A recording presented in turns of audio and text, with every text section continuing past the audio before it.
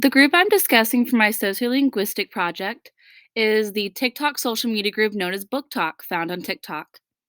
This subcommunity group was founded for book lovers and bibliophiles alike. The group began in 2020 and was created by a TikTok creator under the username at Kate's Books. This video launched a surge of new accounts, and for publishing companies were able to gain a boost from the publicity of books on Book Talk. Some books on the platform have even made it to the New York Times bestseller list solely because of Book Talk. This is a unique community because anyone who has ever read a book can dive right into the community and find like minded individuals. It also has a diverse range representation of readers and books mentioned, such as ones that are written by LGBTQIA and BIPOC authors. This community is also unique in that it accepts a wide variety of genres, even ones that are pretty much pornography but have a subplot that make it quote unquote dark romance. We sure have some wrecks. We're gonna blow your mind with all the books we can provide. Here's enemies to lovers. Here's books that made us cry. We know you want out of the real world. We relate. Welcome to Book Talk. Have a look around. Here's Aiden telling us about how much she wants some dick. Here's smut. Here's memes. Blue alien dudes. Trends you never thought you'd follow. Oh, fuck. Some of the more popular books on Book Talk are They Both Die at the End by Adam Silvera, Song of Achilles by Madeline Miller, and The Seven Husbands of Evelyn Hugo by Taylor Jenkins Reid.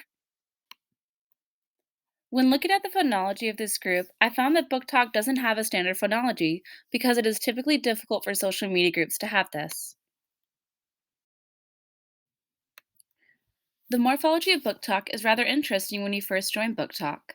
For example, as you are scrolling through Book Talk, you will typically come across people advertising tropes, which are the characteristics that are included in a book, such as enemies to lovers, one bed, and forced proximity.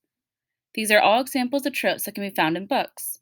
Another thing you will see in Book Talk is acronyms such as HEA, Happily Ever After, DNF, Did Not Finish, which pertains to when you do not finish a book, TBR, To Be Read, which is a long list of books that you'd like to read but have yet to read, and SB, also known as slow burn.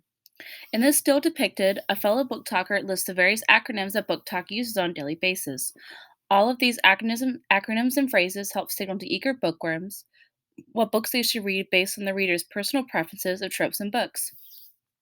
My personal favorite trope is enemies to lover and grumpy and sunshine trope, which is where a guy is a jerk to his love interest who is sunshine and rainbows. Eventually, his tough and cold exterior is melted by her warmth and kindness, and they live happily ever after. An example of the grumpy sunshine trope is the book The Love Hypothesis by Ali Hazelwood. My favorite enemies to lovers will have to be Kingdom of the Wicked by Carrie Manscalo. Hashtag Team Wrath.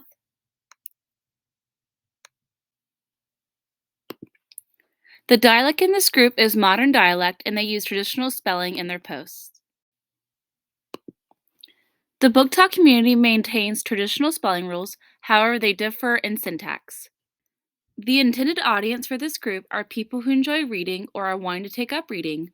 This social media group is open to anyone who wishes to join. The syntax of this group occurs when creators have to use words that would typically lead to their TikTok getting taken down. Words such as rape, fuck, and kill. To use these words and not get flagged for being inappropriate, they typically change the letters to symbols, such as putting the at symbol in place of the A in rape, or putting an exclamation mark in place of the UC in the word fuck. In the case of kill, they would say that a character, quote, unalived someone. All these unique spellings help to ensure that TikToks are not taken down or flagged for inappropriate language. In the social media posts for this group, traditional spelling is used and there's no evidence of spelling variations in social media posts. Analysis of book discussion. I'm analyzing how TikTokers use emojis to talk about more risque subjects in books, such as sex and both female and male genitals. For example, in this photo still, the TikToker uses a kitty emoji, since a kitty is usually a vulgar slang term for a woman's vagina. Furthermore, in the second photo still, a TikToker is using the eggplant emoji to reference a penis in reference to another book in which the male protagonist has two penises. The final still discusses scenes in which a woman will become sexually aroused after reading these scenes from specific books the TikToker mentions. The TikToker again uses the kitty emoji to reference a woman's vagina.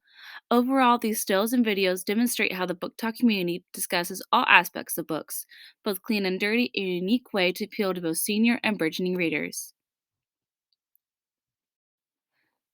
So, to end this presentation, I want to go over my favorite books that I've discovered on Book Talk. And the first one is A Court of Thorn and Roses by Sarah J. Maas. I give this one 5 out of 5. The next book is Daisy Jones and the Six by Taylor Jenkins Reid. I give this a 3 out of 5. The third book pick I chose was It Happened One Summer by Tessa Bailey. I give this 4 out of 5. My fourth choice was Ice Planet Barbarians by Ruby Dixon. I gave this a 1 out of 5. Very weird book. Blue aliens, very strange. My fifth book pick is American Royals by Catherine McGee. I give this 4 out of 5. My sixth and final book pick is Love on the Brain by Allie Hazelwood. 4 out of 5 stars.